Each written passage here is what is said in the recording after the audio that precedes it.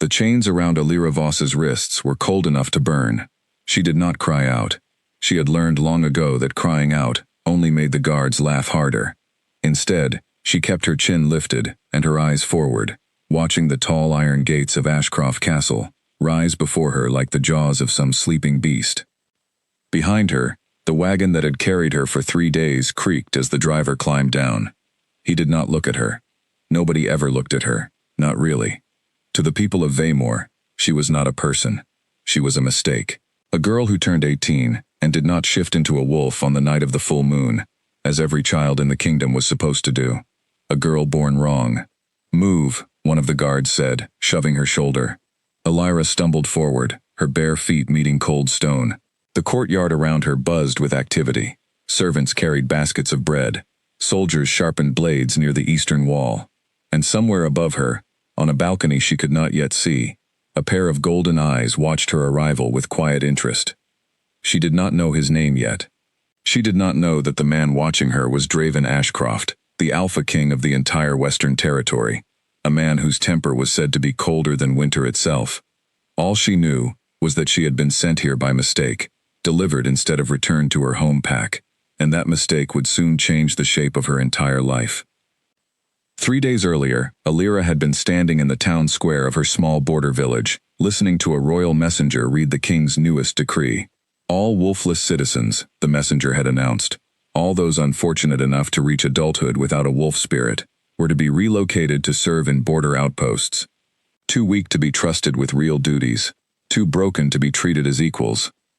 Alira had expected this moment for years, ever since her 18th birthday came and went, without so much as a flicker of fur beneath her skin. She had known her life in the village was borrowed time. The other wolf-born teenagers avoided her. Parents whispered that she carried bad luck. Even her own pack leader, a heavy-set man named Edmund Cray, had stopped meeting her eyes months ago. Only one memory kept her standing tall despite it all. Her mother, dying of a fever when Alira was 12 years old, had pulled her close and whispered words that never left her. "You are more than a wolf, little star. Do not be afraid of what you are." Alira had not understood the words then, and she still did not understand them now, but she held onto them like a rope over a cliff. When the wagon carrying wolfless servants left the village square that morning, Alira did not look back. There was nothing behind her worth looking at. The journey should have ended at a border outpost 3 villages away. Instead, halfway through the second day, one of the guards discovered a mistake in the transport papers. Alira's name had been listed under a different order entirely, one meant for castle service rather than border work. The guards argued about what to do, uncertain whether to turn back or continue forward. In the end, laziness won over procedure, and they simply delivered her to the nearest destination listed on the papers. That destination was Ashcroft Castle, the seat of the Alpha King himself. Now, standing in the courtyard with chains still biting her wrists, Alira had no idea that a simple clerical mistake had placed her at the very center of the kingdom's power. She only knew that the castle was enormous, colder than she expected, and full of eyes that studied her like she was something to be feared and mocked at the same time. A woman with sharp cheekbones and an apron dusted in flour approached the guards. "This is not one of mine," the woman said, looking Alira up and down. "I asked for 2 kitchen hands, not a stray from the border villages." "Paperwork says she goes to the kitchens," the guard replied, already losing interest. "Take her, or leave her. We have 3 more stops before nightfall." The woman sighed and motioned for Alira to follow. "Come along then. I am Margaret, head of the kitchens. You will address me as such, and you will not be late. Not once, or you will find yourself back on that wagon." As they crossed the courtyard, she felt a strange prickling sensation along the back of her neck, as though someone far above her was watching her every step. She glanced upward instinctively, catching only a glimpse of a shadowed balcony before Margaret pulled her forward by the sleeve. "Do not look at the upper floors," Margaret warned quietly. "The king does not like to be watched." Alira lowered her eyes immediately, though the warning came a moment too late. On that balcony, Draven Ashcroft had already noticed her. He had watched countless wolfless servants pass through his courtyard over the years, all of them hunched, frightened, eager to disappear into the shadows of castle life. This girl was different.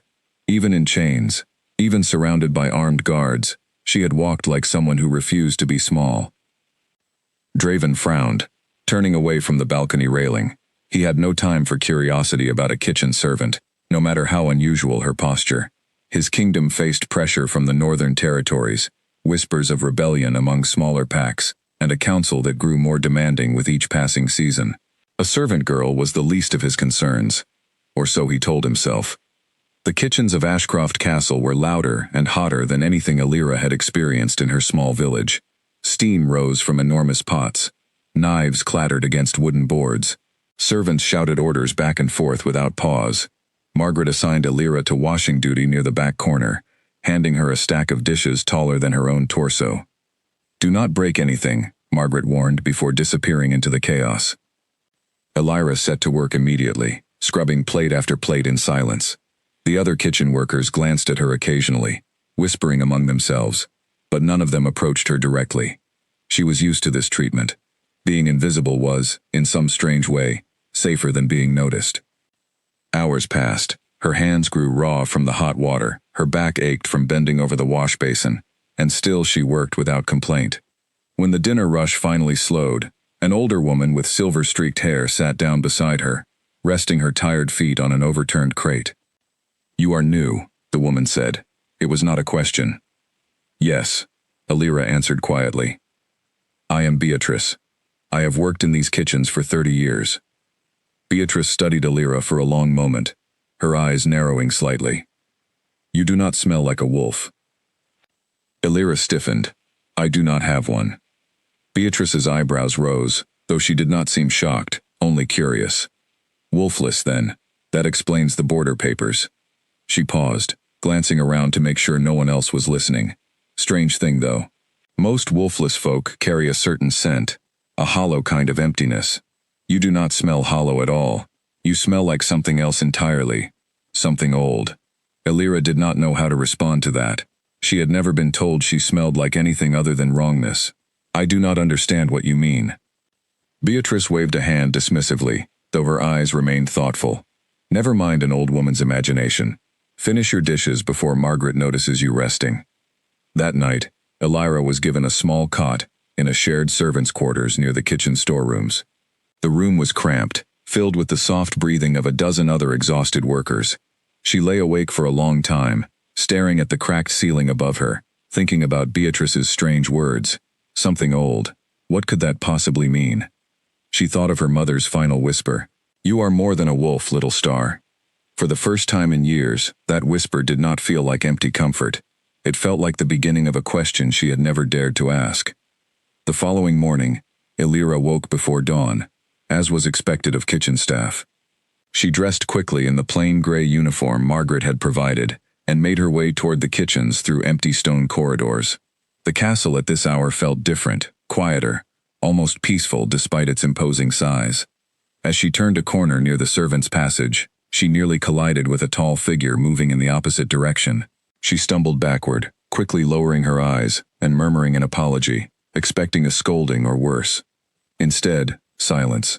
She risked a glance upward and found herself staring into a pair of golden eyes that seemed to look straight through her. The man before her was tall, broad-shouldered, dressed in dark clothing that carried no royal markings, yet something about his presence made the air feel heavier. His expression was unreadable, calm, in a way that felt dangerous rather than comforting. "Watch where you are walking," he said finally, his voice low and even. "I apologize," Alira said quickly, stepping aside to let him pass. He did not move immediately.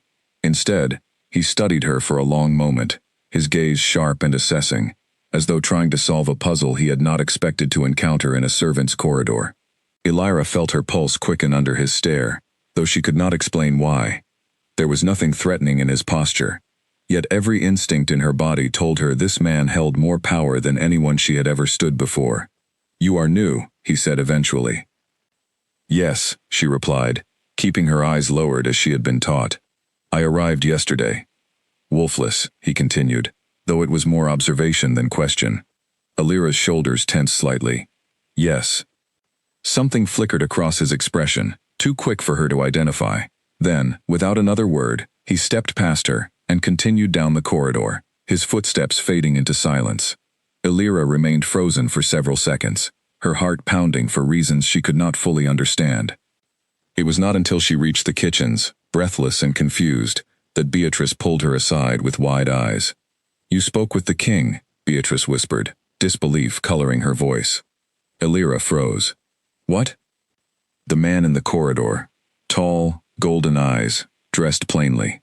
That was King Draven Ashcroft himself. Beatrice shook her head slowly. He rarely walks these halls without his guard, and he never stops to speak with servants. Elira's stomach twisted uncomfortably. She thought back to the encounter, replaying his measured words, his unreadable expression, the strange weight of his attention. She had stood before the Alpha King of the entire Western Territory, and had not even known it. "He asked if I was wolfless," she admitted quietly. Beatrice's expression grew serious. "Be careful, girl. The king does not concern himself with servants unless something catches his attention. If you have caught his attention, for better or worse, your life inside these walls just became far more complicated." Elira swallowed hard, glancing toward the kitchen doorway as though the king might appear again at any moment. She thought of her mother's whispered words once more, the strange warmth Beatrice had described the night before, the golden eyes that had studied her like she was something unexpected rather than something broken. For the first time since her 18th birthday, since the night her body refused to shift and her entire world turned against her, Elira felt something stir inside her chest that was not shame or fear. It felt, strangely enough, like the beginning of something enormous. She did not yet know that her arrival at Ashcroft Castle had not been a mistake at all. She did not know that ancient bloodlines rarely made mistakes when it came to bringing the right people together. And she certainly did not know that the golden-eyed king who had paused in a servant's corridor to study her would soon find his entire kingdom, and his own guarded heart, reshaped by the wolfless girl he was never supposed to notice. For now, she simply returned to her dishes, her hands trembling slightly as she worked, while somewhere deeper in the castle, Draven Ashcroft stood alone in his private study, staring out the window with a troubled expression he could not quite explain, wondering why a servant girl's calm, unafraid eyes had unsettled him more than any threat his kingdom had faced in years. Neither of them could have guessed how much would change before the next full moon rose over Ashcroft Castle. Elira spent the following days trying to make sense of her new life. Every morning began before sunrise, scrubbing pots and carrying water until her arms ached. Every evening ended with exhaustion pulling her into a dreamless sleep. Yet through the routine, she noticed something strange happening around her. Small things she could not quite explain. A wilted flower left on the windowsill near the wash basin bloomed fully overnight, though no one had watered it. A stray cat with an injured leg limped into the kitchen storeroom one evening, and by morning it walked without any trace of injury, purring contentedly at her feet. Elira told no one about these strange occurrences, though she noticed Beatrice watching her more closely than before, her expression thoughtful rather than suspicious. On her 5th night at the castle, Elira lay awake long after the other servants had fallen asleep, staring at her own hands in the moonlight streaming through the small window above her cot. She flexed her fingers slowly, half expecting them to look different somehow, though nothing appeared out of the ordinary. Yet she could not shake the feeling that something inside her was changing, waking up after 18 years of silence. She thought again of her mother's words, "You are more than a wolf, little star." For the first time, she allowed herself to wonder what those words truly meant. Outside her small window, the moon hung full and bright over Ashcroft Castle, casting silver light across the stone courtyard below. Elira did not know it yet, but that same moonlight was beginning to stir something ancient within her blood, something that had been dormant for generations, waiting patiently for the right moment to awaken. That moment was closer than she could possibly imagine. A scream tore through the castle courtyard, sharp and sudden, cutting through the quiet morning air like a blade. Elira dropped the basket of linen she was carrying and spun toward the sound, her heart slamming against her ribs. Guards rushed past her, boots pounding against stone, shouting orders she could not fully understand. Something was wrong. Something was very wrong.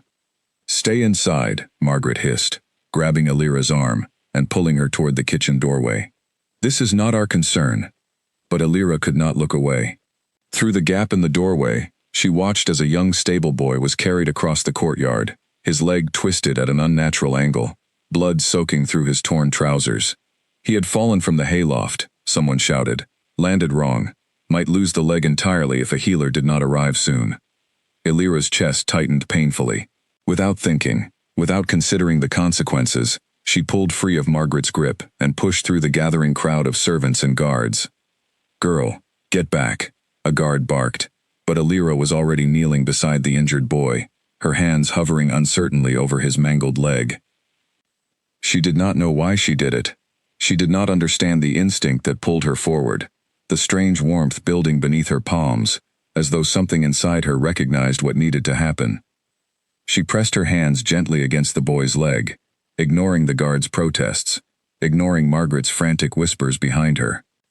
A soft silver light, barely visible in the morning sun, flickered briefly beneath her fingertips. The boy's ragged breathing steadied. His pained groans softened into confused murmurs. Within moments, the twisted angle of his leg straightened, the torn skin knitting together as though days of healing had passed within seconds.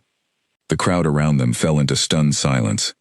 Illyra pulled her hands back sharply, staring at her own palms in disbelief. The boy sat up slowly, testing his leg with wide, astonished eyes, finding no pain at all where broken bone had been only moments before. "What did you do?" Margaret whispered, her face pale. Illyra had no answer. She simply stared at her trembling hands, her mind racing to understand what had just happened. Word of the incident spread through the castle faster than fire through dry grass. By midday, servants whispered about it in every corner of every hallway, their voices hushed with a mixture of fear and wonder. The wolfless kitchen girl had healed a broken leg with nothing but a touch. Some called it a miracle. Others called it something far more dangerous. Beatrice found Illyra hiding in the storeroom that afternoon, curled against a stack of grain sacks, her knees pulled to her chest. "You should have let the healers handle it," Beatrice said quietly, though her tone carried no anger. "I could not just watch him suffer," Illyra whispered. "I do not know what came over me. My hands simply moved on their own." Beatrice sat down beside her, her expression unusually serious. "There are old stories, Illyra. Stories my grandmother told me when I was a child, about a bloodline older than the wolves themselves. A bloodline said to hold power over life, over strength, over the very magic that runs through this land." She paused, studying Illyra carefully. The silver blood, they called it, said to have vanished centuries ago. Illyra's breath caught in her throat. Silver blood? Legend says those born of it never shift into wolves, because their power runs deeper than fur and claws. Beatrice reached out and gently touched Illyra's hand. "I do not know if the old stories are true, child. But I know what I saw in that courtyard today, and I know what I felt in your presence the first night we spoke. You are not hollow. You are something else entirely." Illyra sat in stunned silence, the weight of Beatrice's words settling over her like a heavy blanket. Could it be true? Could her mother's final whisper have meant something far more significant than she ever imagined? Before she could gather her thoughts, heavy footsteps echoed down the storeroom corridor. Margaret appeared in the doorway, her face tight with worry. "The king has summoned you," Margaret said, immediately. Illyra's stomach dropped. She rose on unsteady legs, smoothing her plain gray uniform with trembling hands, and followed Margaret through winding castle corridors toward the throne room. Every step felt heavier than the last. She had never stood before royalty in her entire life, let alone a king whose reputation for coldness and severity stretched across the entire Western territory. The throne room doors opened before her, revealing a vast chamber lined with towering stone pillars and banners, bearing the Ashcroft crest. At the far end, seated upon a dark wooden throne, Draven Ashcroft watched her approach with an expression she could not read. Illyra stopped a respectful distance away, lowering herself into a hesitant bow, unsure of the proper etiquette, but unwilling to risk offending him further. "Rise," Draven said, his voice carrying easily across the empty chamber. Illyra straightened, keeping her eyes lowered, as she had been taught. "Look at me," he said. She hesitated only briefly, before lifting her gaze to meet his. Golden eyes studied her with an intensity that made her pulse quicken, though she forced herself to remain still. "I am told you healed a stable boy's shattered leg this morning," Draven said, "with nothing but your bare hands." "Yes, your majesty," Illyra answered quietly. "Explain how." "I do not know how, your majesty," she admitted honestly. "I simply reacted. I did not think about it. My hands grew warm, and then he was healed." Draven leaned forward slightly, his expression unreadable. You arrived here as a wolfless servant, sent by clerical mistake rather than true assignment. Yet you display power that no wolfless servant and few wolf-born citizens have ever demonstrated.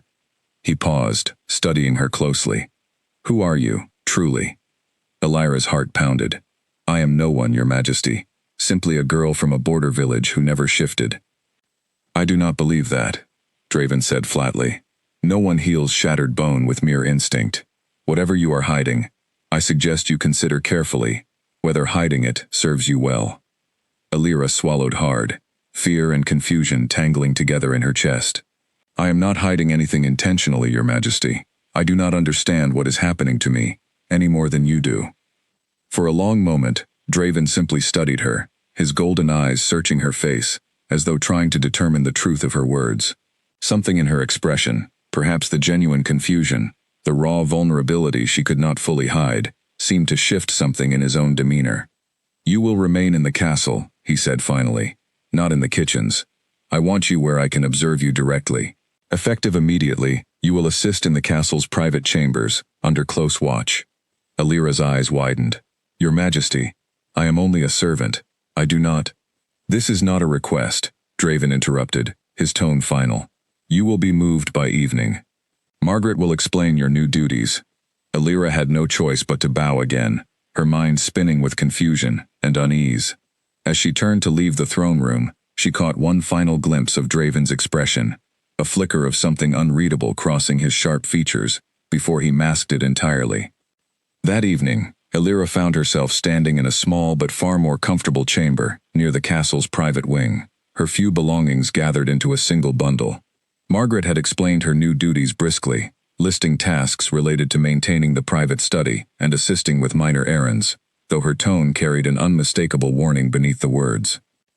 Do not draw more attention to yourself than you already have, Margaret said before leaving. The court is watching, the council is watching, even the walls seem to be watching these days. Alone in her new chamber, Elira sat on the edge of a modest bed, staring at her own hands once more. Silver blood. The words echoed in her mind, refusing to settle into anything resembling comfort. If Beatrice's old stories held any truth, then everything she had believed about herself, every insult, every whispered word thrown at her for being wolfless, had been built on a foundation of ignorance. She was not broken. She had never been broken. She was something the kingdom had forgotten existed. As night fell fully over Ashcroft Castle, Elira lay awake once more, her thoughts a tangled mixture of fear and fragile hope. Somewhere deeper within the castle, Draven Ashcroft stood at his study window, staring out at the moonlit courtyard below, his mind equally consumed by the strange servant girl who had disrupted the careful order of his controlled world. Neither of them slept easily that night, and neither of them could have predicted just how quickly the threads of fate were beginning to pull them together, nor how dangerous those threads would soon become. The knife came out of nowhere. Elira froze at the entrance of the private study, watching in horror as a hooded figure lunged toward Draven Ashcroft from behind the tall bookshelf near the window. Time seemed to slow as the blade caught the candlelight, arcing toward the king's unprotected back while he sat reading at his desk, unaware of the danger closing in behind him. "Behind you!" Elira screamed. Draven spun instantly, years of training kicking in as he twisted away from the blade, but the attacker was fast, faster than any ordinary intruder had a right to be. Steel flashed again, and this time it found its mark, slicing across Draven's forearm as he raised it to block the strike meant for his throat. Guards burst through the door moments later, wrestling the attacker to the ground, but the damage had already been done.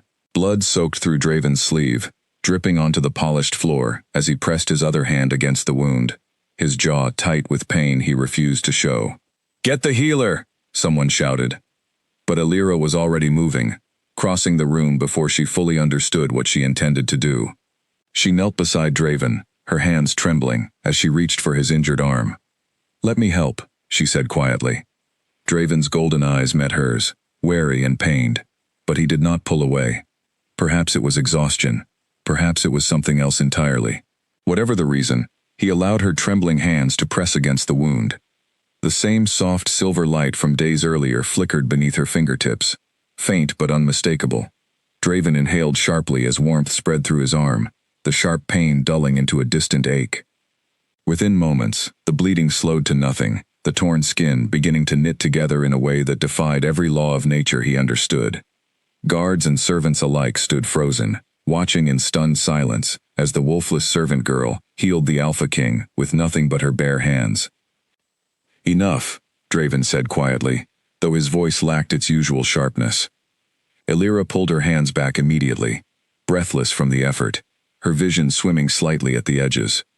She had never used her strange ability twice in such quick succession, and the toll it took on her body was becoming clear. "Take her to rest," Draven ordered one of the guards, though his eyes remained fixed on Elira even as he spoke, "and find out who sent that assassin, now." The attacker, dragged away in restraints, refused to speak a single word, his eyes cold and defiant, even as guards questioned him relentlessly. By the following morning, whispers had already spread through the castle that the assassin bore markings connected to the Thornvale Kingdom, a rival territory to the north that had long resented Ashcroft's growing influence over the western trade routes. Elira woke late the next day, her body aching with unfamiliar exhaustion. Beatrice sat beside her cot, having been granted special permission to check on her, her expression a mixture of worry and quiet pride. "You saved the king's life," Beatrice said softly. Elira shook her head weakly. "I do not think I saved anything. I simply reacted, the same as with the stable boy. Reacted or not, child, you healed a wound that should have required days of proper care, and you did it within seconds." Beatrice reached for a cup of water, helping Elira sit up enough to drink. "The whole castle is talking about you now. Some call you blessed, others call you dangerous." Elira's stomach tightened uncomfortably. "Dangerous?" Beatrice hesitated before answering. "Power like yours does not go unnoticed for long, especially not within these walls. The King's Council has already begun asking questions. Where you came from, what you truly are, whether you pose a threat to the throne rather than a benefit to it." The words settled over Elira like a heavy stone.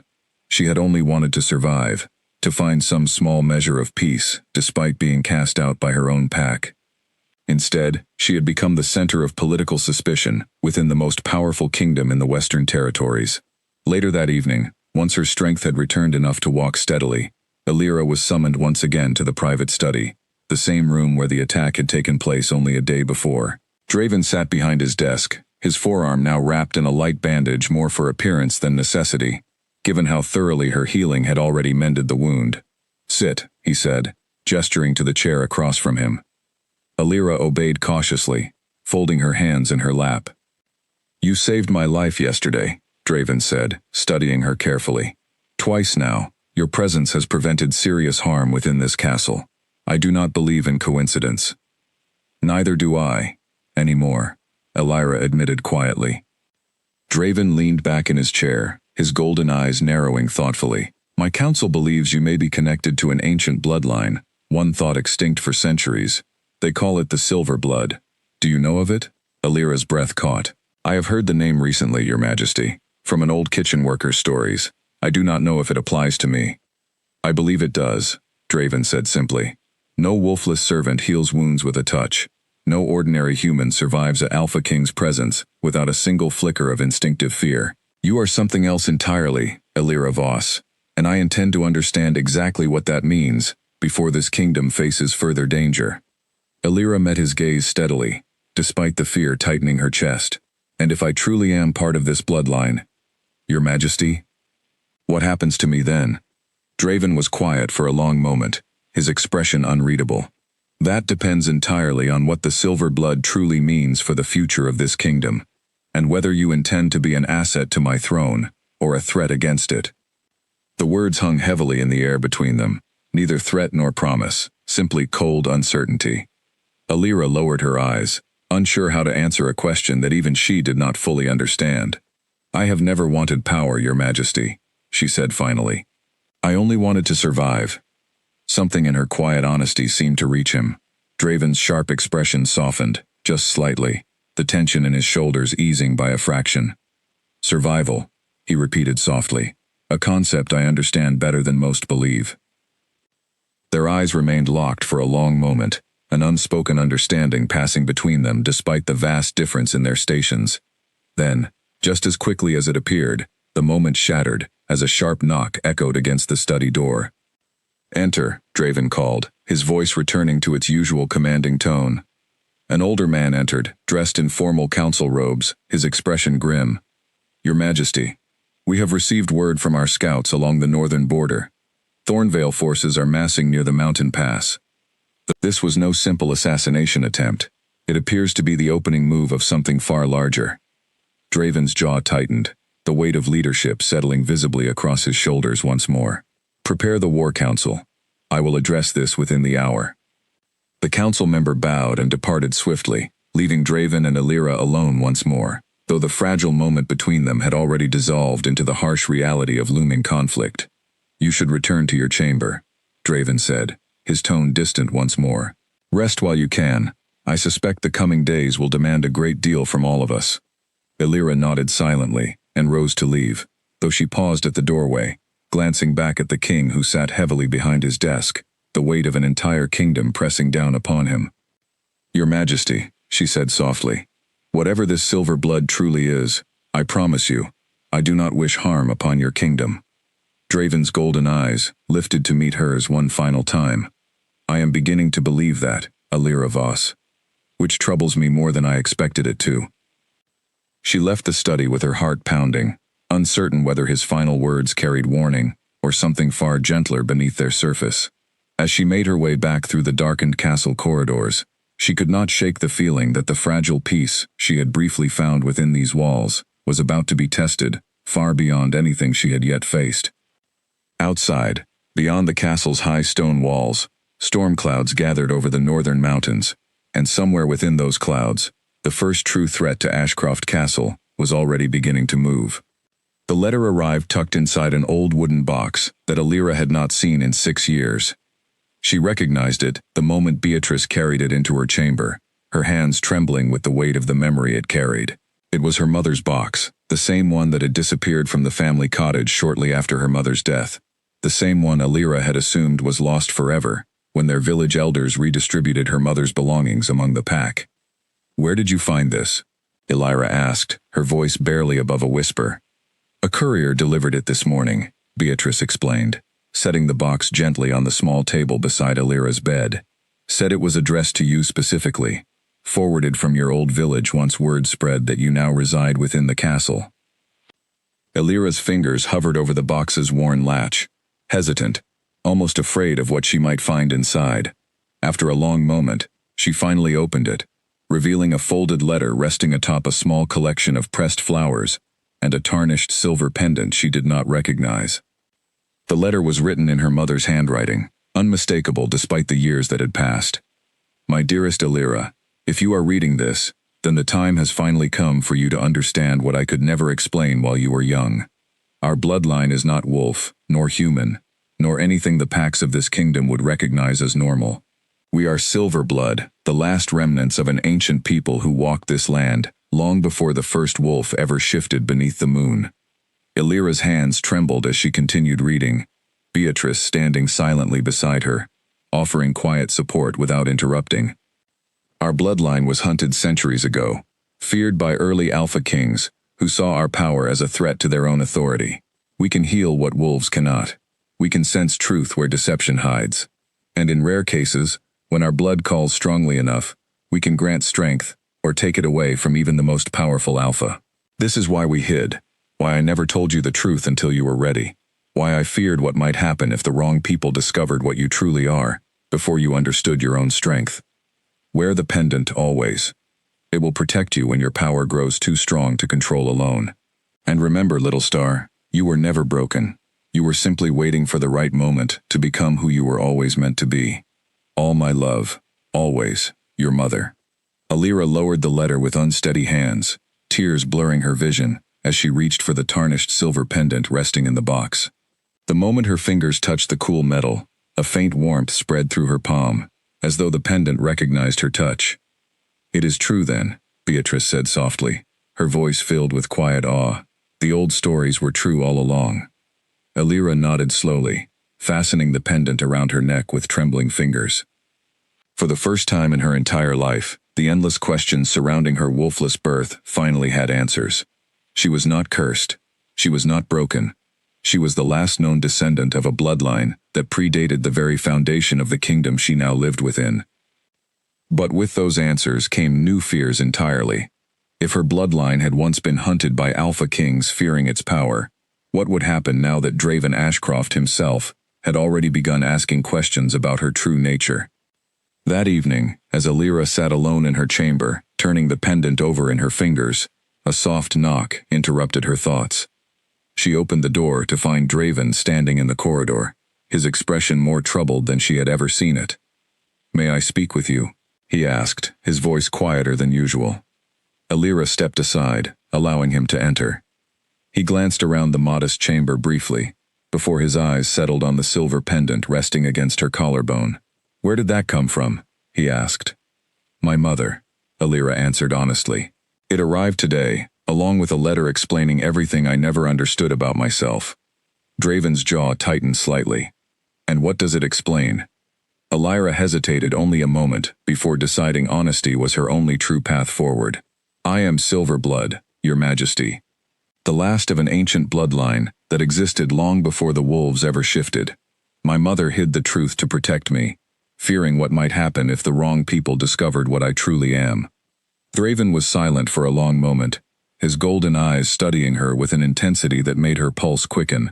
The silver blood was said to hold power capable of strengthening or weakening an alpha's very connection to their wolf spirit. "Do you understand what that means?" "I am beginning to," Alira admitted. "It means many within my own council will see you as a threat too dangerous to allow near the throne," Draven continued, his voice low. "It means the Thornvale forces massing at our northern border may already know what you are, and may have sent that assassin specifically to eliminate you before your power could fully awaken." Alira's stomach twisted with fear. "You believe the attack was meant for me, not you." "I believe it is possible," Draven admitted, "which means you are in far greater danger within these walls than I initially realized." He moved closer, his expression conflicted, torn between the guarded caution that had defined his entire reign and something far more vulnerable stirring beneath the surface. "I do not know what to do with you, Alira Voss. My duty as king demands caution, perhaps even removal of any threat to my throne's stability. Yet everything you have shown me suggests you pose no danger at all, only kindness I have not encountered in years." Alira held his gaze steadily, refusing to look away, despite the vulnerability of the moment. "I have never wanted your throne, Your Majesty.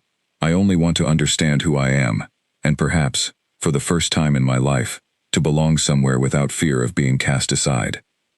Something shifted in Draven's expression, the careful walls he maintained around himself cracking just slightly. "You already belong here more than you realize," he said quietly. "Whether that comforts or frightens you, I cannot say." Before either of them could say more, a sharp knock interrupted the moment. Draven's expression hardened instantly, the vulnerability disappearing behind practiced authority as he turned to answer. A guard stood in the corridor, his face grim. "Your Majesty, the council has convened early. They have learned of the girl's bloodline. They are demanding an audience immediately." Draven's shoulders tensed visibly. He glanced back at Alira, his expression unreadable once more. "Stay here. Do not leave this chamber until I return." Alira nodded, though fear coiled tightly in her chest as she watched him disappear down the corridor, his footsteps echoing ominously against the stone floor. Alone once more, she clutched the silver pendant tightly, her mother's final words echoing through her mind. "You were never broken. You were simply waiting for the right moment to become who you were always meant to be." That moment, she realized with growing dread, might arrive far sooner than she was prepared for. Within the council chamber, Draven faced a room full of stern, unyielding faces, each council member seated around a long wooden table, their expressions ranging from concern to open hostility. At the head of the discussion sat Edwin Marsh, the eldest and most influential council member, his sharp eyes fixed intently on Draven as he entered. "Your Majesty," Edwin began without preamble, "we have received confirmation. The servant girl within these walls carries the blood of an ancient lineage, believed extinct for centuries. A lineage historically capable of undermining the very foundation of Alpha authority."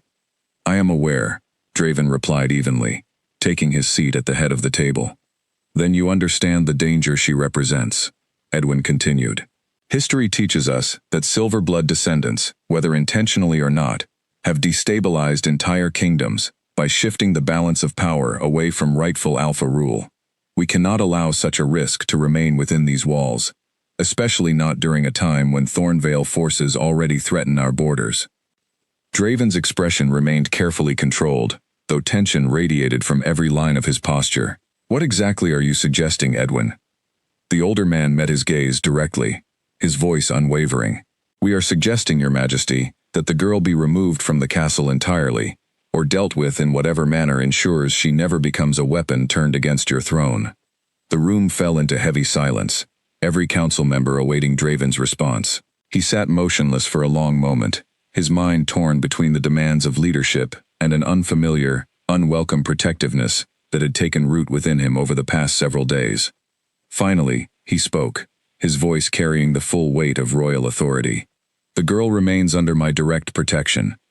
Any harm brought against her will be treated as treason against the throne itself. Gasps rippled through the chamber, several council members exchanging uneasy glances. Edwin's expression hardened, though he said nothing further, merely inclining his head in reluctant, wary acknowledgement. Draven rose from his seat, ending the discussion with unmistakable finality. As he strode from the chamber, his mind remained fixed on the fragile, uncertain girl waiting within his private wing, and the dangerous, uncharted path he had just chosen to walk on her behalf. The kingdom's fragile peace had already begun to fracture, and Alira Voss, whether she realized it or not, now stood directly at the center of the coming storm. Smoke curled over the eastern watchtower, before the alarm bells even began to ring. Alira woke with a start, her heart pounding, as the distant sound of shouting reached her chamber window. She rushed to look outside, and saw guards sprinting across the courtyard below, torches lit despite the early hour, their voices carrying words that sent a fresh wave of fear through her chest. Intruder, breach, northern wall. She threw on her clothes quickly, and hurried toward the door, only to find it already opening from the outside. Draven stood there, dressed in armor, rather than his usual formal attire, his expression sharp and alert, in a way she had not seen before. "Stay close to me," he said, his voice leaving no room for argument. "What is happening?" Alira asked, following him quickly down the corridor. "Thornvale scouts breached the northern wall during the night," Draven explained, his pace brisk and purposeful. "We believe they are searching for something specific within the castle grounds." Alira's stomach dropped. "Me." Draven did not deny it. "It is possible, which is why you will remain under guard until this threat is fully contained." They moved swiftly through the castle, guards falling into formation around them as they made their way toward the fortified inner keep. Alira's mind raced, images of her mother's letter flashing through her thoughts, the warnings about ancient bloodlines being hunted, echoing louder than ever before. They had nearly reached the inner keep when a sudden crash echoed from a side corridor, followed by the sound of struggling and a guard's pained cry. Draven pushed Alira behind him instantly, positioning himself protectively as three figures emerged from the shadows, their movements swift and coordinated, clearly trained for exactly this kind of confrontation. "Thornvale assassins," one of Draven's guards muttered grimly. The confrontation happened quickly. Draven moved with practiced precision, disarming the first attacker within seconds, his strength and speed far beyond what Alira had expected from a man she had only known within castle walls. The remaining guards engaged the other two intruders, the corridor filling with the sounds of struggle.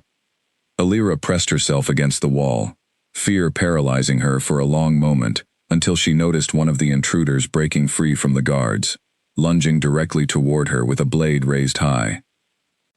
Instinct took over. A brilliant flash of silver light erupted from her outstretched hands, far stronger than anything she had produced before, striking the attacker with enough force to send him crashing backward into the stone wall. He crumpled to the ground, unconscious but breathing, the silver light fading from Alira's trembling fingers as quickly as it had appeared. The remaining guards quickly subdued the final intruder, restraining him despite his continued struggles. Silence fell over the corridor, broken only by ragged breathing and the distant sound of alarm bells still ringing across the castle grounds. Draven turned to Alira, his expression a complex mixture of astonishment and something far deeper, something that looked remarkably like relief. "You are unharmed?" Alira nodded shakily, staring down at her own hands in disbelief. "I did not know I could do that."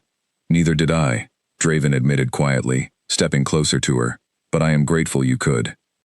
Once the immediate threat had been contained, and the captured intruders taken for questioning, Draven personally escorted Alira to a heavily guarded chamber, deep within the castle's inner keep, far more secure than her previous quarters. As guards secured the surrounding corridors, he remained behind, closing the door quietly to ensure their privacy.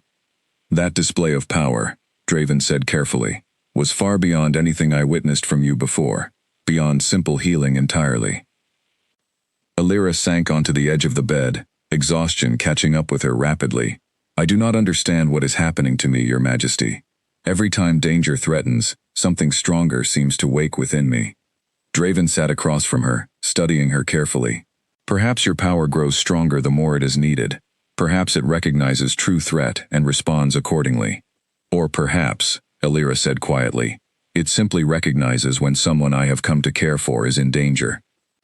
The words slipped out before she could stop them, and she immediately regretted the vulnerability they revealed. Draven's golden eyes widened slightly, surprise flickering across his usually guarded expression. "Alira," he said softly, using her name without formal title for the first time since her arrival.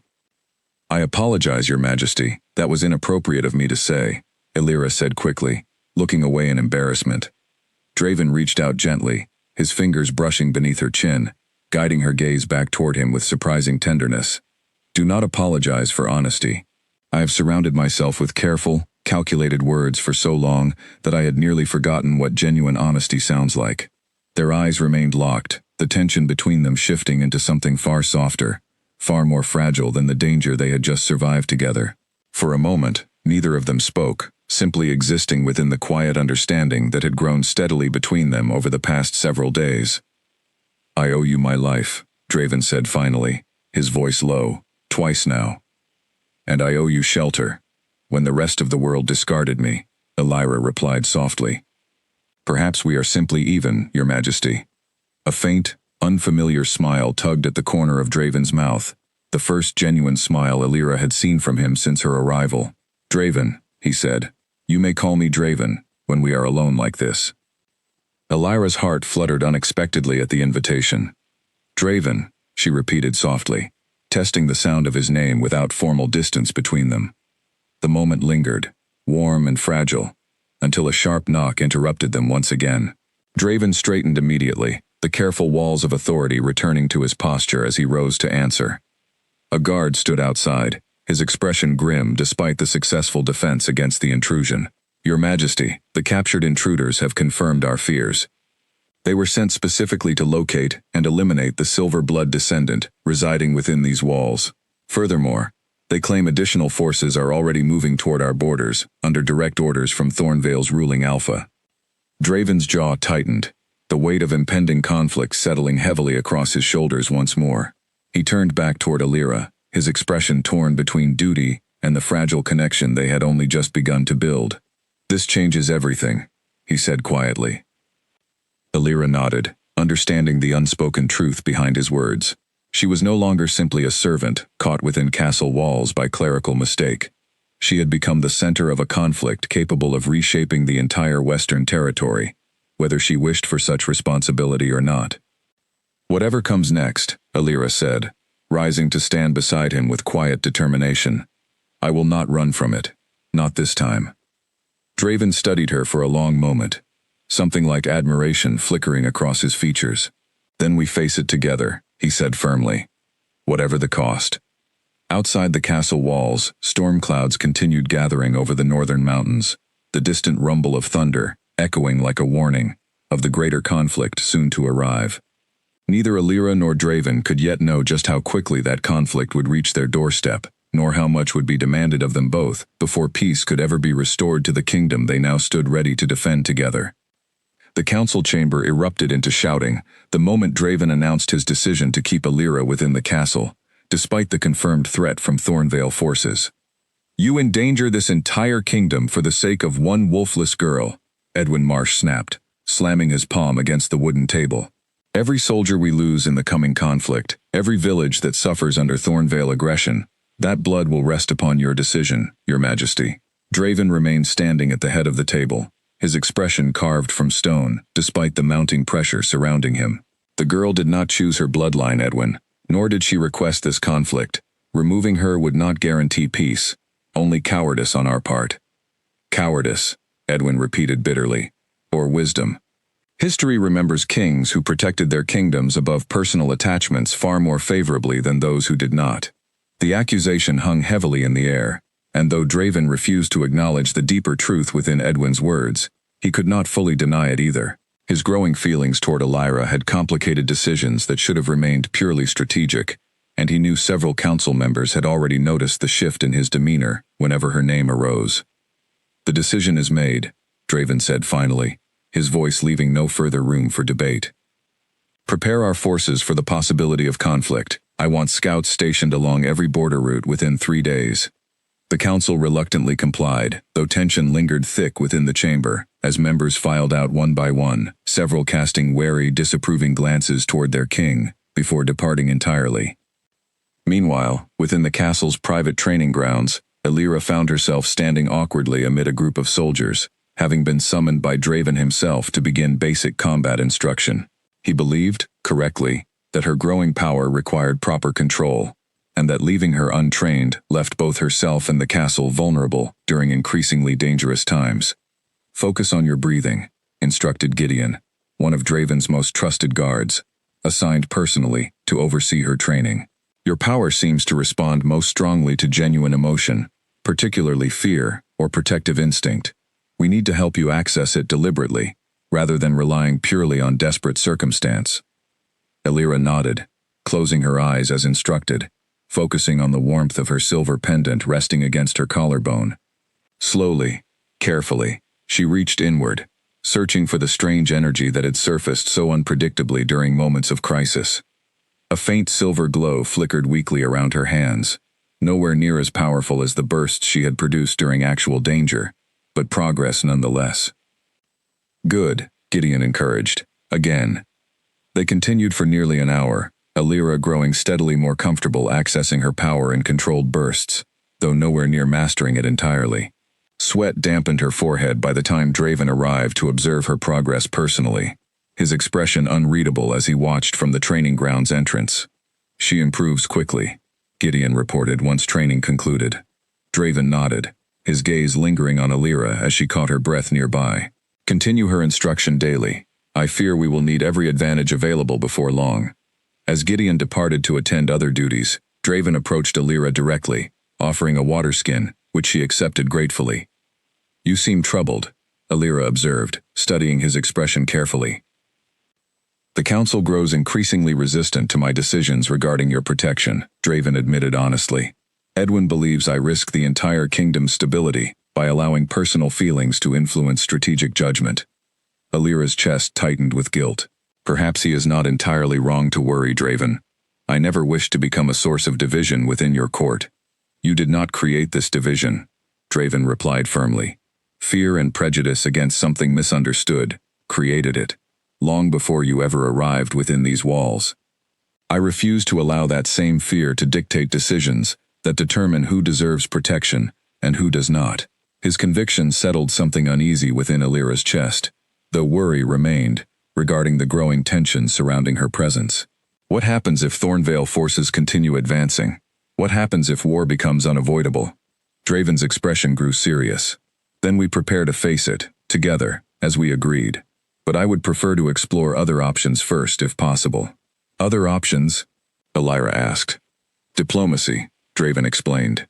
"A formal meeting with Thornvale's ruling alpha, King Alistair Rowe, might allow us to resolve tensions before conflict becomes inevitable, though I hold little hope such a meeting would succeed, given his kingdom's history of aggressive expansion." Elira considered this carefully. "Would such a meeting place you in danger?" "Possibly," Draven admitted, "though remaining within my own castle carries similar risk, given recent events." Before further discussion could continue, a messenger arrived breathlessly, delivering urgent correspondence directly into Draven's hands. His expression darkened considerably as he read the contents, his jaw tightening with barely restrained frustration. "What is it?" Elira asked. "An official message from Thornvale," Draven said grimly. "King Alistair Rowe formally requests a diplomatic meeting at the border pass within 1 week's time, ostensibly to discuss peaceful resolution to recent tensions." He paused, folding the letter with visible reluctance. "However, he specifically requests that the Silver Blood descendant residing within my castle be present at these negotiations as well." Elira's blood ran cold. "He wants me there." "Yes," Draven confirmed, his expression troubled, which suggests this invitation carries far more danger than genuine diplomatic intention. They stood together in tense silence, both understanding the implications clearly. Refusing the invitation risked immediate escalation into open conflict. Accepting it risked walking directly into a potential trap orchestrated specifically to eliminate the very threat Thornvale feared most. "I will go," Elira said finally, her voice steady despite the fear coursing through her. "Absolutely not," Draven replied immediately, his tone sharp with protective urgency. "This is almost certainly a trap designed specifically to lure you into vulnerable territory. And if I refuse to go, war becomes inevitable regardless," Elira countered firmly. "How many soldiers, how many villages, how many innocent lives will be lost, defending a kingdom against a conflict that exists solely because of my bloodline? I will not hide behind these walls while others suffer for my sake." Draven's expression hardened with frustration, though beneath the surface, Elira recognized something far more vulnerable, a genuine fear for her safety that he struggled to fully mask. "I cannot allow you to walk into obvious danger." "You cannot allow it," Elira repeated softly, "or you do not wish to allow it." The question hung heavily between them, exposing feelings neither had fully acknowledged aloud. Draven's golden eyes searched hers intently, the careful distance he typically maintained crumbling slightly beneath the weight of genuine concern. "Both," he admitted quietly. "I cannot lose you, Elira. Not now." The confession settled warmly within Elira's chest, despite the danger surrounding them. "Then trust that I am stronger than you believe, Draven. Trust that whatever power resides within me exists for exactly this kind of moment." After a long, tense silence, Draven finally exhaled heavily, reluctant acceptance settling across his features. "If you insist on attending, then you will not go alone. I will personally ensure your protection every step of the way." Elira nodded, gratitude and fear tangled together within her chest. "Together, then." "Together," Draven agreed firmly. As preparations began for the dangerous journey ahead, neither of them could fully predict what awaited them at the border pass, nor how thoroughly that meeting would test both Elira's growing power and the fragile bond steadily forming between the wolfless girl and the Alpha King, who had chosen to defend her against his own kingdom's fear. The border pass stretched wide and barren beneath a gray, overcast sky, two opposing groups of soldiers facing each other across the rocky terrain, like storm clouds preparing to collide. Elira stood close beside Draven, her heart pounding as they approached the designated meeting point. Behind them, a small contingent of Ashcroft's most trusted guards maintained careful formation, though everyone present understood how quickly this fragile diplomatic arrangement could shatter into open conflict. Across the pass, King Alistair Rowe of Thornvale waited with his own guards, his expression carrying none of the warmth typically expected during diplomatic negotiations. He was tall, sharp-featured, with cold gray eyes that studied Elira the moment she came into view, his gaze lingering with unmistakable calculation. "So this is the Silver Blood descendant everyone speaks of," Alistair said, as they came within speaking distance, his voice carrying false pleasantness that did nothing to disguise the danger beneath it. "Smaller than the legends suggest." "Alistair," Draven greeted coolly, stepping slightly in front of Elira. "You requested this meeting. Speak your intentions plainly." Alistair's thin smile widened. "Very well, Draven. Directness suits us both." His gaze shifted fully toward Elira. "My kingdom has long searched for evidence that the Silver Blood truly survived extinction. Your presence here confirms what my scholars suspected for years. Such power should not remain contained within a single kingdom's control, particularly not within the hands of a king already growing too powerful along our shared borders." "You wish to claim her for yourself," Draven said flatly, his tone carrying dangerous edge. "I wish to ensure balance," Alistair corrected smoothly, Surrender the girl to Thornvale custody, and I will withdraw all forces from your northern border immediately, guaranteeing peace between our kingdoms for generations to come." Alira's stomach twisted painfully at the casual manner in which Alistair discussed her fate, as though she were nothing more than a valuable object to be traded between rival powers, rather than a person with her own will and voice. "I will not be surrendered to anyone," Alira said firmly, stepping forward despite Draven's protective stance beside her. "I am not property, and I will not become a bargaining piece between kingdoms." Alistair's cold eyes narrowed with mild amusement rather than anger. Bold words from someone whose entire bloodline was once hunted to near extinction for daring similar defiance. "Perhaps that hunting was the true crime," Alira replied evenly, refusing to allow fear to weaken her voice, "not the existence of my bloodline itself." A tense silence followed her words, several Thornvale guards shifting uncomfortably at her unexpected boldness. Alistair's expression hardened slightly, his patience clearly wearing thin. "Very well," he said coldly. "If diplomacy proves unwelcome, perhaps a different approach will prove more persuasive."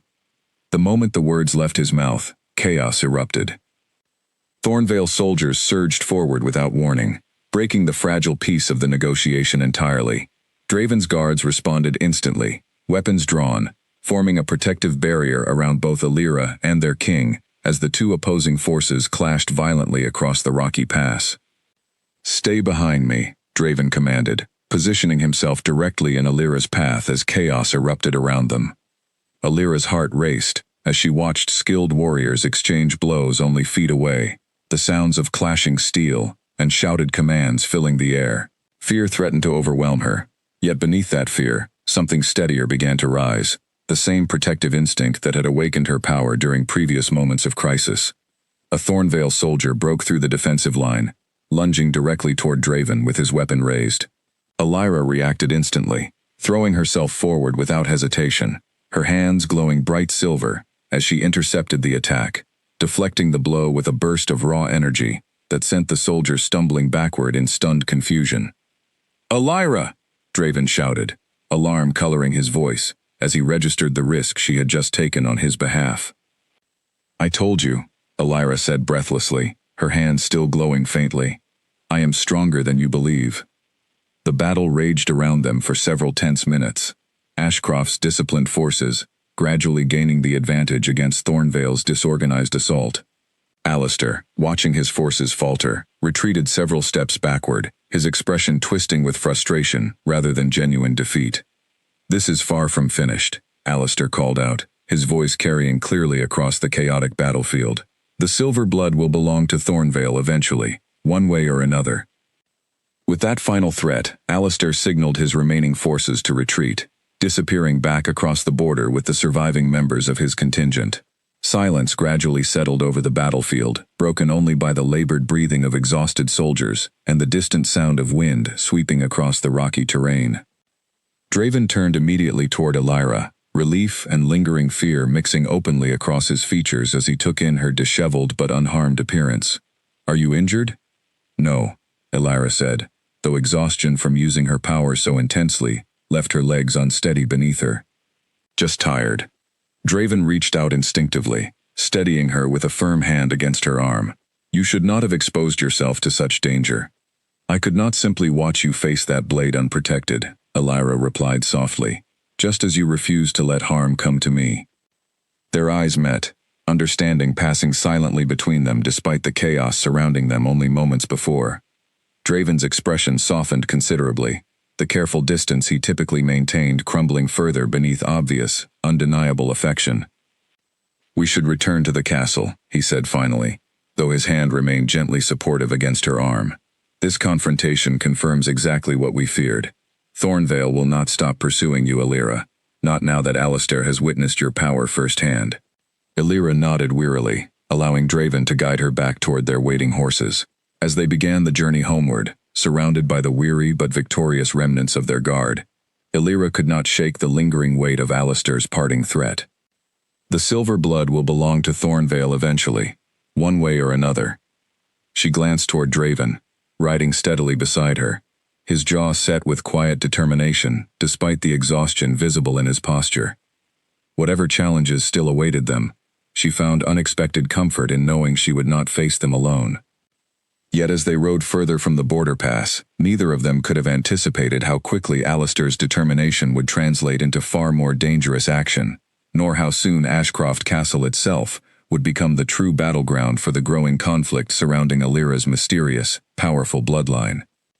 The storm that had been building for days finally broke as they crossed back into Ashcroft territory, heavy rain soaking through their clothing as thunder rumbled ominously overhead, an unmistakable warning of far greater trials still waiting on the horizon.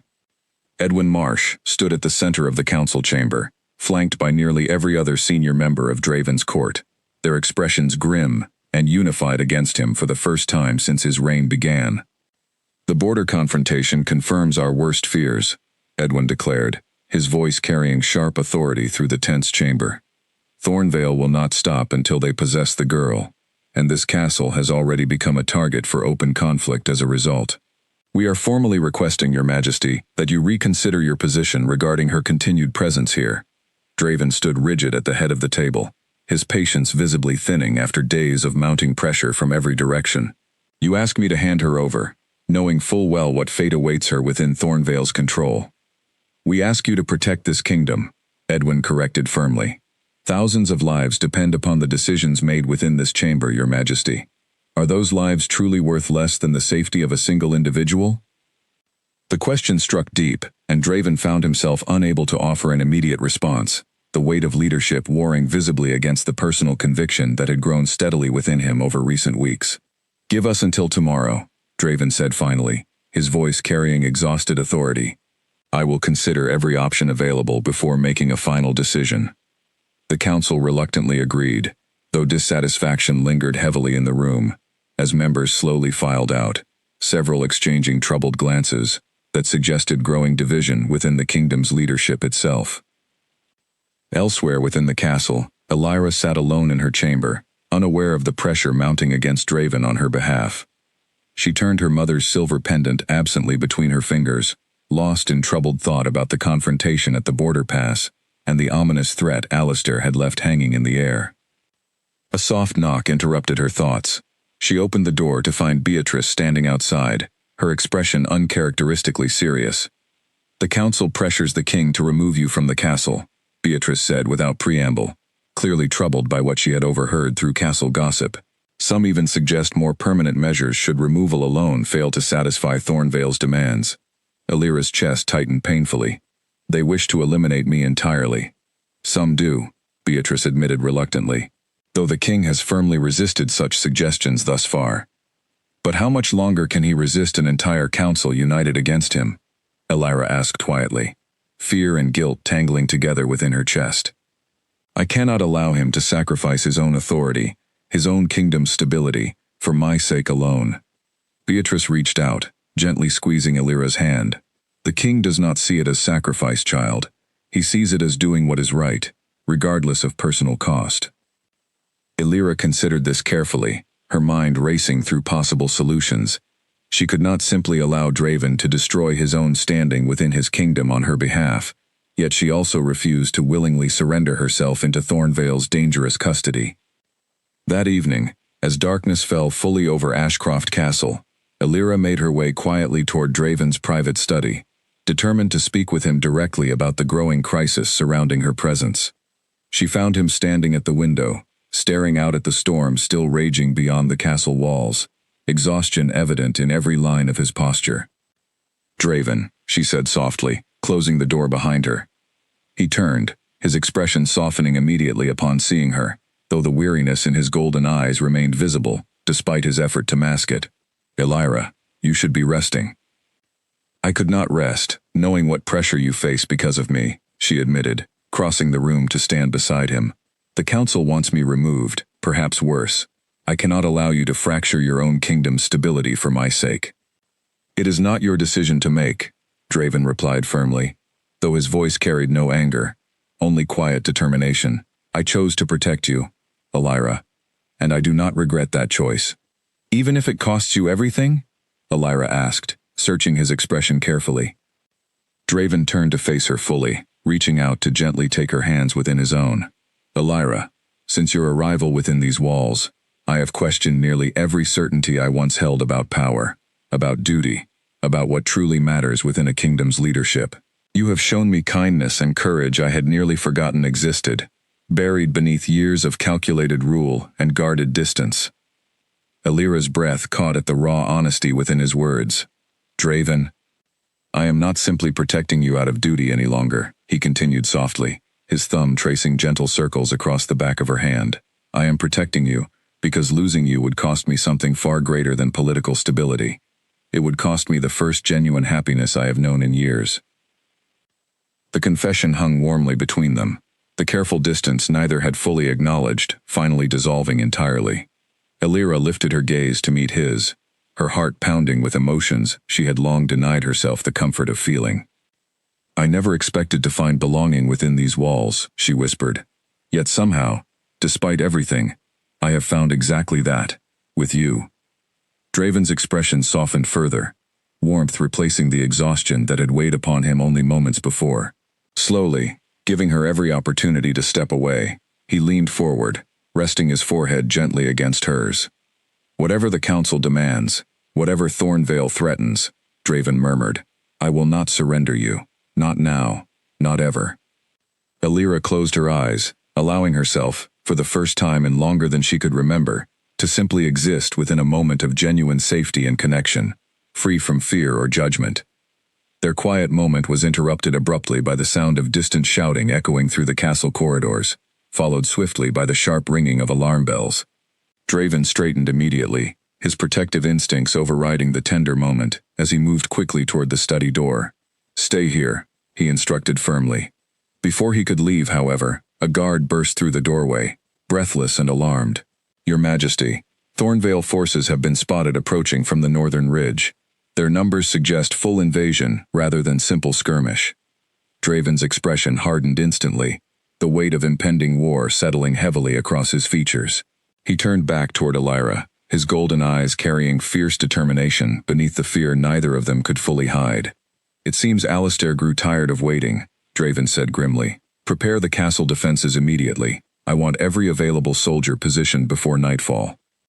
As the guard hurried to relay orders throughout the castle, Draven turned back toward Alira one final moment, his expression softening despite the urgency surrounding them.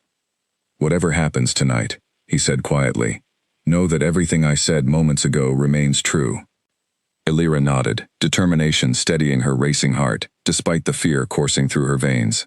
Then let us face it together, exactly as we promised. Draven reached out, gently cupping her cheek for one brief, tender moment, before duty demanded his full attention once more. Together, he agreed firmly, before turning to lead the castle's defense against the storm of conflict finally arriving at their doorstep. Outside, beyond the castle's ancient stone walls, Thornvale's forces continued their steady approach, beneath the cover of the raging storm, their numbers vast, and their intentions clear. The fragile peace Ashcroft Castle had maintained for years was about to shatter entirely, and at the very center of the coming conflict stood a wolfless girl, whose hidden bloodline would soon determine the fate of an entire kingdom. Fire lit the northern ridge as Thornvale's forces broke through Ashcroft's outer defenses shortly after midnight. Alira stood atop the castle's inner wall, watching in horror as the battle unfolded across the storm-soaked grounds below. Draven's forces, though disciplined and well-trained, found themselves badly outnumbered against the sheer scale of Alistair's invasion. Shouts and clashing steel echoed through the darkness, punctuated by flashes of lightning that illuminated the chaos in brief, terrible bursts. Your Majesty, the Eastern Gate cannot hold much longer, a breathless soldier reported, finding Draven, amid the coordinated chaos of castle defense. Draven's expression remained fiercely determined, despite the grim news. Reinforce it with everything we have remaining. We cannot allow them entry into the inner courtyard. Alira watched him move with practiced authority among his soldiers, directing defenses, offering encouragement, embodying every quality of leadership that had earned him respect, despite his kingdom's fear of his coldness. Yet even his skilled command could not fully compensate for the overwhelming numbers pressing against their defenses. A thunderous crash echoed from the eastern gate, followed by triumphant shouting from beyond the walls. Alira's heart dropped as she realized the gate had finally given way. Thornvale soldiers pouring into the outer courtyard despite Ashcroft's desperate defense. "They have breached the wall," someone shouted in alarm. Draven's expression hardened with grim determination as he turned toward the approaching chaos, his sword already drawn. Elira watched from above, fear and helplessness warring within her chest, as she witnessed the battle turning increasingly desperate. She could not simply stand by and watch everything Draven had built, everything he had risked on her behalf, collapse beneath Thornvale's overwhelming assault. Without allowing herself further hesitation, Elira descended from the wall, pushing through retreating servants and wounded soldiers until she reached the chaotic edge of the courtyard battle. Draven spotted her immediately, alarm flashing across his features. "Elira, get back to safety," he shouted over the roar of combat. "I will not hide while you fight alone," Elira called back, positioning herself firmly beside him, despite the obvious danger surrounding them. A group of Thornvale soldiers noticed her presence, recognition dawning across their expressions as they realized exactly who stood before them. Rather than retreating, they surged forward with renewed determination, clearly having received specific orders regarding her capture. Draven moved instantly to intercept them, but their numbers proved too great, even for his considerable skill. Elira watched in horror as one soldier broke past his defense, blade raised directly toward him. Something within her shattered entirely in that instant, fear transforming immediately into fierce protective determination, unlike anything she had experienced before. A blinding surge of silver light erupted outward from her entire body, far more powerful than anything she had produced previously, illuminating the storm-darkened courtyard as brightly as daylight itself. The nearby Thornvale soldiers were thrown backward by the sheer force of the energy, several collapsing entirely, while others stumbled away in stunned confusion. The silver light continued expanding, washing over Ashcroft's exhausted defenders, and to everyone's astonishment, visibly renewing their strength and vitality, healing minor wounds and restoring depleted energy throughout the battlefield. Soldiers who had been faltering moments before suddenly found new resolve, pushing back against Thornvale's advance with renewed ferocity. Draven stared at Elira in complete astonishment as the light gradually faded, leaving her breathless but standing firm, her silver pendant glowing faintly, even after the larger burst of power subsided. "Elira," he breathed, disbelief and awe mingling within his voice. "I told you," Elira said, exhaustion evident despite her steady voice. "My power exists exactly for moments like this." Emboldened by the sudden shift in momentum, Ashcroft's forces rallied with renewed strength, pushing back against Thornvale's invasion with fierce determination. The tide of battle began turning steadily in their favor, soldiers fighting with vigor that defied their earlier exhaustion. Amid the chaos, Alistair himself appeared at the courtyard's edge, his expression twisted with fury, as he witnessed his carefully planned invasion crumbling before his eyes. His gaze locked onto Elira with unmistakable hatred. "You dare interfere so directly," Alistair snarled, striding forward with lethal intent. "Very well then. If diplomacy and subtlety have failed, I will simply take what I came for by force." Draven immediately positioned himself between Alistair and Elira, his sword raised protectively. "You will have to go through me first." Alistair's cold smile widened dangerously, gladly. The two alphas clashed fiercely, their skilled exchange drawing the attention of nearby soldiers, who paused briefly to witness the confrontation between kings. Elira watched anxiously, her hands trembling with lingering exhaustion from her earlier burst of power, yet unwilling to look away, as Draven fought fiercely against Thornvale's ruthless ruler. The battle between them proved evenly matched for several tense minutes, neither gaining clear advantage despite their considerable skill. Then, in a moment of desperate opportunity, Alistair managed to knock Draven's sword from his grasp, positioning himself for what appeared to be a decisive final blow. Elira's heart seized with terror. Without conscious thought, she surged forward, placing herself directly between Draven and Alistair's descending strike. Her silver power erupted once more, instinctive and desperate, forming a protective barrier that stopped Alistair's blade inches from striking true. The force of the collision sent Alistair stumbling backward, his weapon clattering uselessly against the courtyard stones. He stared at Elira with a mixture of fury and grudging astonishment, finally recognizing the true extent of power he had underestimated throughout their entire conflict. Impossible, Alistair muttered, backing away slowly as nearby Ashcroft soldiers moved to surround him. Realizing his forces were rapidly losing ground and his own position had become dangerously vulnerable, Alistair made the difficult decision to order immediate retreat, his remaining soldiers withdrawing hastily beyond the castle's damaged walls as dawn began breaking faintly over the horizon. As the chaos of battle gradually settled into exhausted silence, Draven turned immediately toward Alira, cupping her face gently between his hands, relief and profound gratitude flooding his expression. "You saved my life," he said softly, disbelief and affection mingling within his voice. "Again." "I could not lose you," Alira whispered, tears mixing with exhaustion upon her cheeks. "Not after everything we have built together." Around them, surviving soldiers began the difficult process of tending wounded comrades and assessing the damage inflicted upon the castle's defenses. Yet despite the destruction surrounding them, a fragile sense of victory and relief settled over Ashcroft Castle as the immediate threat of invasion finally retreated beyond their borders. Draven pulled Alira gently into his arms, holding her close amid the wreckage of battle, both of them finally allowing themselves a brief moment of vulnerability after the harrowing chaos of the previous hours.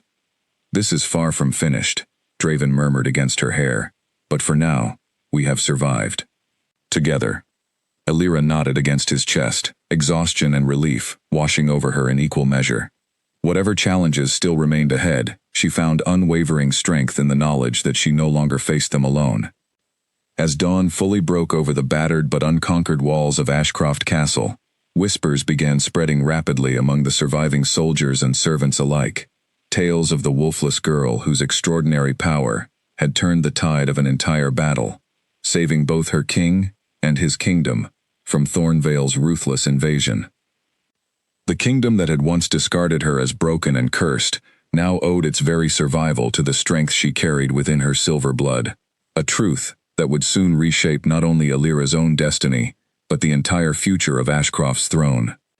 3 days after the battle, the great hall of Ashcroft Castle filled with soldiers, servants, and council members alike, all gathered to witness a formal announcement that would reshape the kingdom's future entirely. Alira stood near the base of the throne, dressed in a simple yet elegant gown that Beatrice had insisted upon, her silver pendant resting visibly against her collarbone for the first time in public view. Nervous anticipation coursed through her as she watched the assembled crowd, uncertain how they would receive what was about to unfold. Draven rose from his throne, his presence commanding immediate silence throughout the hall. His gaze swept across the gathered faces before settling warmly upon Alira, offering silent reassurance before he began to speak. 3 nights ago, this kingdom faced destruction at the hands of Thornvale's invasion, Draven began, his voice carrying clearly through the vast chamber. We would not have survived that night were it not for the courage and extraordinary power of the woman standing before you now. Murmurs rippled through the crowd, though none dared interrupt their king's address. Alira Voss arrived within these walls as a wolfless servant, cast aside by her own pack, delivered here by simple clerical mistake, Draven continued. Yet she is far more than the kingdom ever understood. She carries the blood of an ancient lineage, predating even the wolves themselves, a bloodline capable of healing, protecting, and strengthening this kingdom in ways none of us could have imagined. He paused, his expression growing more serious as he addressed the lingering fear and prejudice that had plagued Alira since her arrival. For too long, this kingdom has judged worth based solely upon the presence of a wolf spirit. Alira has proven, beyond any doubt, that true strength extends far beyond such narrow definition. Turning fully toward Alira, Draven extended his hand, inviting her to stand beside him before the assembled crowd. She accepted, her heart pounding as she climbed the few steps to stand at his side, facing the sea of faces watching with a mixture of awe, curiosity, and finally, genuine respect. I stand before this kingdom today, not simply to honor Alira's courage, Draven continued, his voice softening slightly, but to formally acknowledge what has grown between us over these past difficult weeks. Alira Voss has become far more than a guest within these walls. She has become essential to both my life and the continued strength of this kingdom.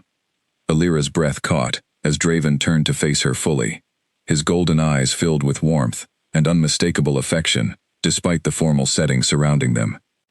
"Illyra," he said, his voice carrying gently through the silent hall. "You arrived here, believing yourself broken, unwanted, cast aside by a world that judged you unfairly. Yet you have shown me, and this entire kingdom, the truest form of strength and courage I have ever witnessed. Will you stand beside me, not as servant, but as equal partner in guiding this kingdom toward a stronger, more just future?" Tears welled in Illyra's eyes as the weight of his words settled over her.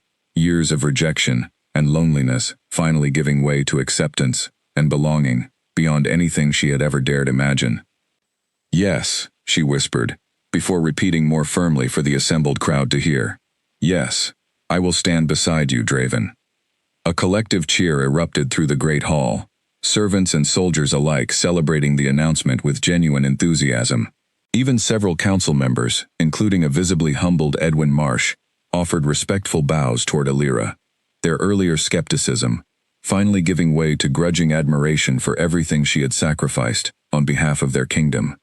In the weeks that followed, Ashcroft Castle transformed steadily under Illyra's growing influence. She worked closely alongside Draven, using her unique abilities to strengthen the kingdom's defenses, heal lingering wounds from the battle, and most importantly, advocate for those like herself who had been unfairly judged and discarded simply for being different from expected norms. Wolfless citizens throughout the kingdom, who had once faced discrimination and exile similar to what Illyra herself endured, found new hope and protection under her growing influence.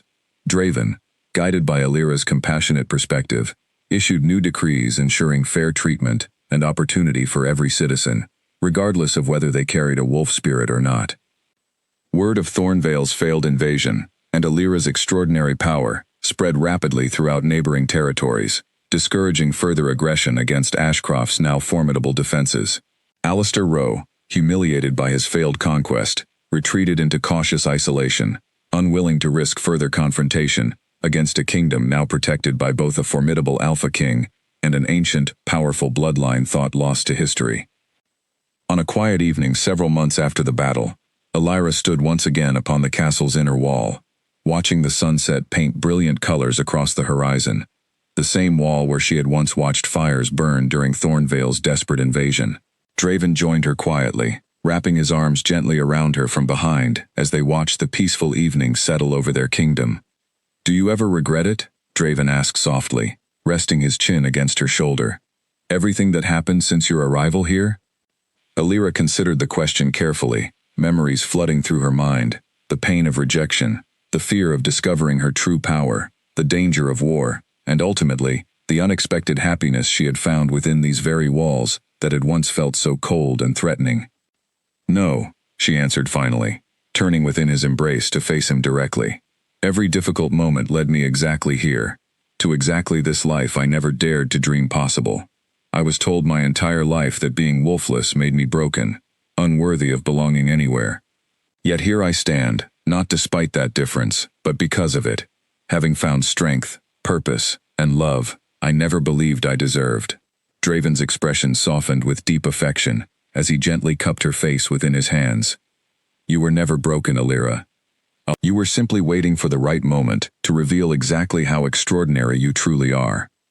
The words echoed her mother's own final message, spoken years ago beneath very different circumstances, yet carrying the exact same truth that had guided her through every trial she had faced since arriving at Ashcroft Castle. As the sun finally dipped below the horizon, casting the kingdom into peaceful twilight, Illyra allowed herself, fully and completely, to embrace the life she had built from what once felt like nothing but rejection and loss.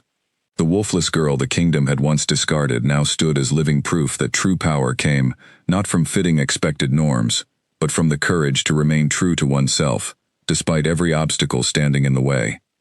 Ashcroft Castle, once ruled purely through cold authority and calculated fear, now flourished under a partnership built upon genuine respect, courage, and love, a testament to the extraordinary journey of a girl born without a wolf, whose secret silver blood ultimately proved strong enough to bring even the cruelest Alpha King to kneel, not from weakness, but from the deepest respect and love he had ever known. And so, within the walls that had once judged her unworthy, Illyra Voss found not only her true power, but her true home, standing forever beside the king who had learned, through her unwavering courage, exactly what true strength was meant to look like.